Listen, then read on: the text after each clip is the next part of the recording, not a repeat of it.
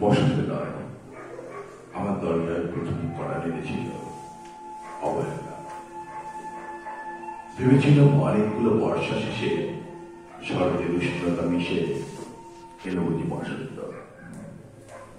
দরজা খুলে দেখি আমাকে ভালোবেসে এসেছে অবহেলা।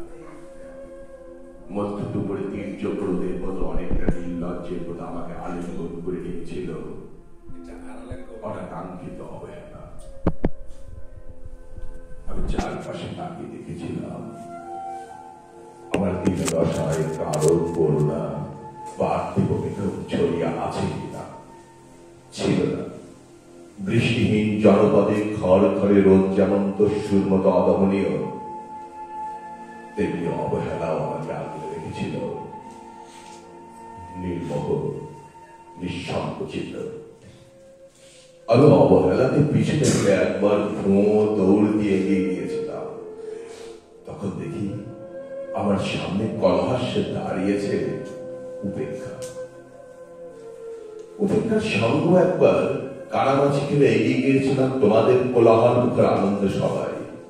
কি মিলেছিল ঠোঁট উল্টানো ভাবছিল না, আর অভিশপ্ত অনুদার মতো এক কাল অহংকার তাও শুয়ে গিয়েছিলেন সবাই। হ্যাঁ, তারপর তুমি বা তোমরা যেন দয়া করে বাঁকা চোখে তাকিয়েছিলে আমার দিকে। তাচ্ছিল্য নয়, একটু মায় যেন ছিল। হতে পারে কাঁপা আবেগ ও মিশ্রিত ছিল তোমার দৃষ্টিতে। ওইটুকুই আমার যা পাওয়া। আমি ঝরে যাওয়া পাতা, তুমি ছিলে আকস্মিক দমকা হাওয়া। তারপরও অবহেলার চাদর ছাড়িয়ে উপেক্ষার দেওয়াল ডিঙিয়ে অবহেলার লাল দাগ মুছে জীবনের কোন সীমারেখা বাঁধতে পারিনি আমি।